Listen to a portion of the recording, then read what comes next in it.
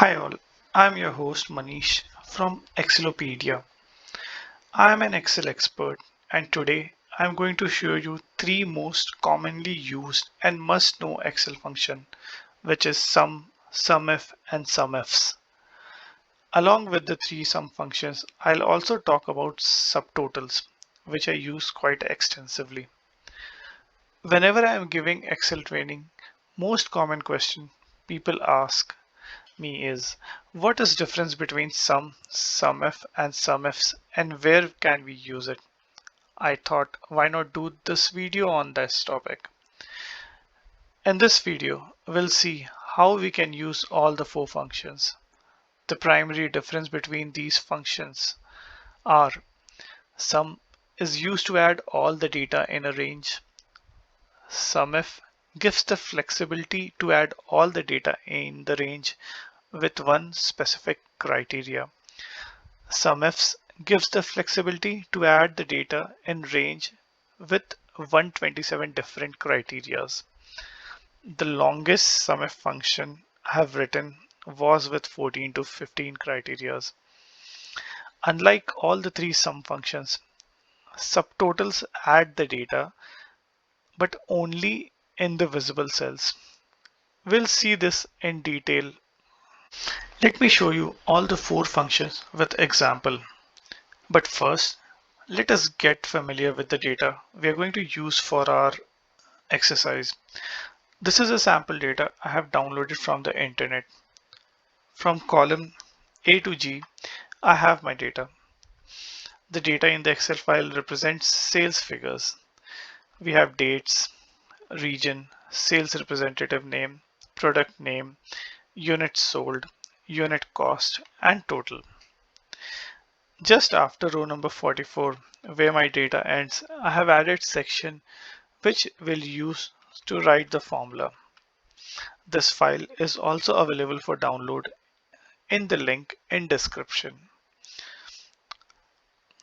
Let's start with our first function, SUM. SUM function simply adds up all the data in the range. For example, if I add up all the data in column G using SUM function, I'll get 19,627. There are a couple of ways to write SUM function.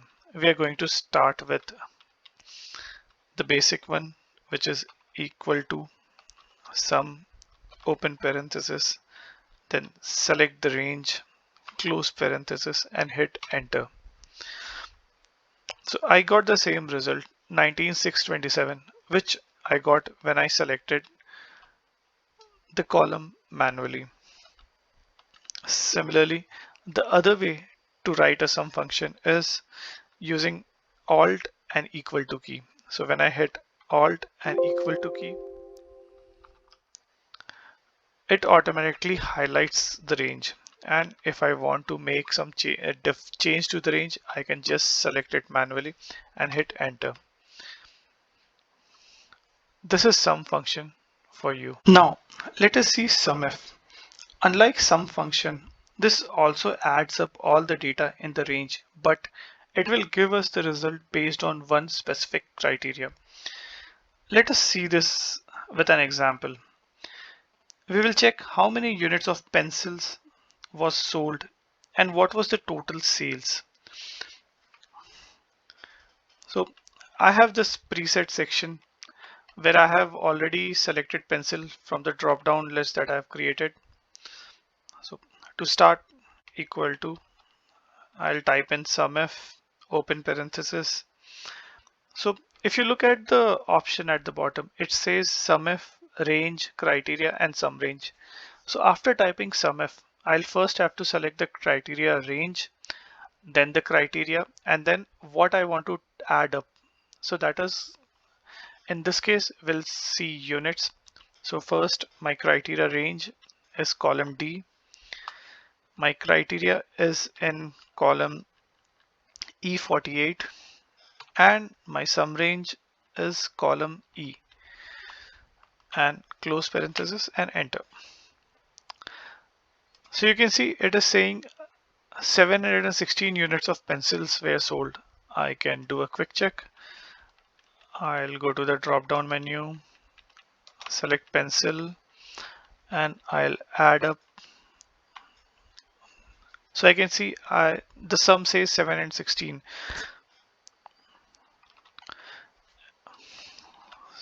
So this is for unit. Let me do the same thing for total sales. So equal to SUMIF. First, I'll go and select the criteria range. Then my criteria is in G48, and then my sum range, close parenthesis, and enter. So total sales of pencil is 2135.14.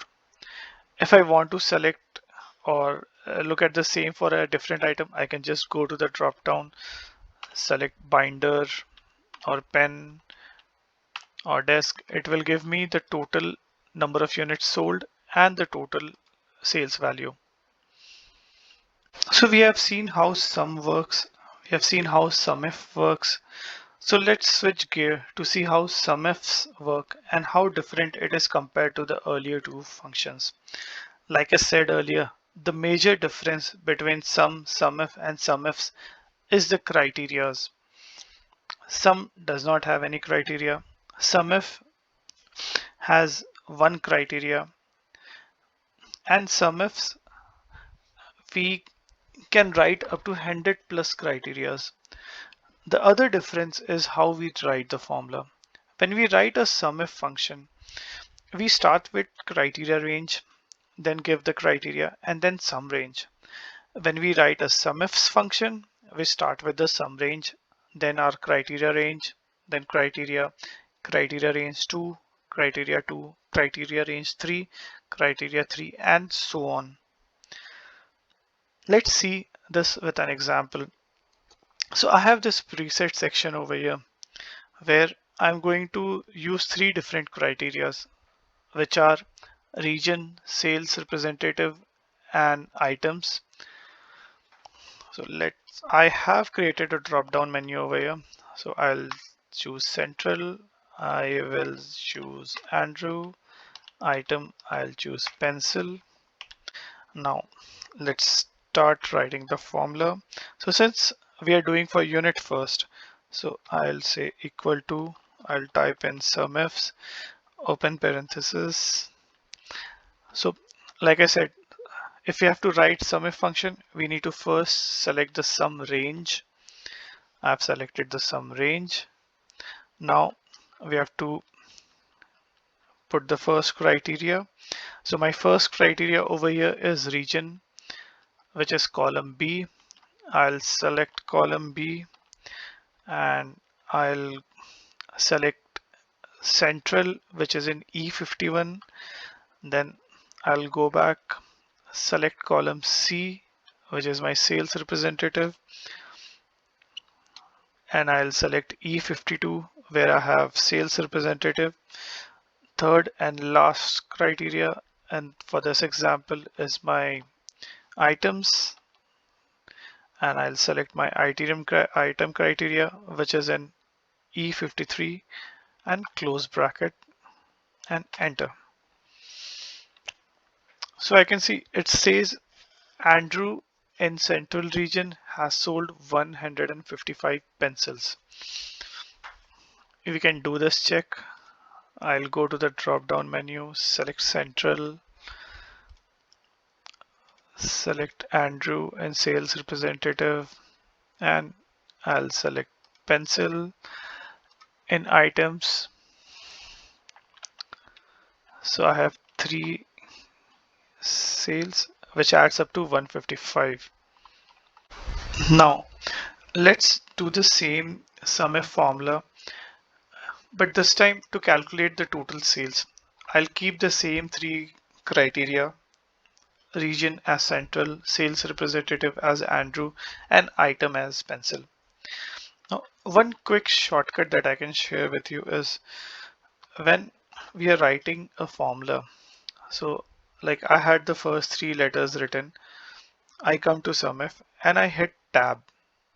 So I don't have to write the whole text and then put a parenthesis. So I can just type the first few letters of the function and then hit tab. So it automatically comes in. So I have my formula started. I'll select my sum range, and then I have to go and select my first criteria range and my criteria, which is central, my second criteria range, which is sales representative, and my sales representative name, and third one is my items or products, and then the product name, and enter. So I can see Andrew in central region has sold 155 units of pencil, and the total sales value of this is 298. And I can test this again. I'll go to regions, central, sales representative, Andrews, items is pencil. So total is 155 units and total sales is 298 units. We are now done with sum, SUMIF and SUMIFs. This brings us to our last and bonus section where we'll talk about subtotal function. Subtotals has multiple use, but in this video we are talking about sum function or additions. So I limit subtotals to be used for addition. I use subtotal function a lot, especially when I'm testing if my table has all the data, or when I'm building a dashboard or building a model to test if my SUMIF and SUMIF functions are working fine. When we use subtotals for addition, I'll add up all the values which are visible within the range, which means if I filter for pencil in column D, it will add up the units which are visible. I already have the results over here from the three different functions that I have used, sum, SUMIF, and SUMIFs. So why not use these as our examples on how we write a subtotal function and how we can relate it with sum, SUMIF, and SUMIFs. So let's get started. So equal to subtotal. Now you can see it is giving me so many different options and there is a number associated with it. So if I have to count anything, I can write 2. If I have to add anything, so for in our case, we'll be doing a sum. So I can type in 9 and a comma and then select my range. Now I'll do the same thing over here, equal to subtotal 9 comma and select my total sales. Okay, so you can see here the results that I had using sum formula is the same that I have for subtotal. Now, like I said, subtotal will add up all the visible cells. So in this case, I don't have any filters. That's the reason I am getting the same result as I had in sum. Now, let's test SUMIF. I have a different result for SUMIF. So and my criteria for SUMIF was pencil. So let's go to items, select pencil and hit OK. Now you can see my result for SUMIF is the same, but my result for total has changed. And it is something similar to what I have for SUMIF, where I had pencil as my criteria. But if you look at sum, the values for sum has remained the same, but the values for subtotal has changed. Like I said, subtotal will add up all the values that are visible. So in the table above, I only have values visible for pencil. Now let's test the same thing with SUMIFs. Now SUMIFs, I had three different criteria. Item was pencil, which I have already selected. Let's go to sales representative, which is Andrews. and region is central. So you can see for central Andrews and pencils, I had 155 unit. So my subtotal is giving me 155 unit. And similarly, the sales figures 298.65 was my total sales, and subtotal is also giving me the same thing 298.65 because the visible cells are only these three rows. So SUMIF, SUMIFs and SUM, they all add up everything irrespective of the value is visible or not, but subtotal will give me values only for visible cells. So now we have seen all the four functions, how they work, how we write the functions, and what are the difference in the way we write these formulas. I hope you learned something new today and you can relate this video to your work or Excel use. Thank you for watching. If you like our video, please hit the like button. If you want to see more videos, hit the subscribe button. And if you have something to say, please leave a comment.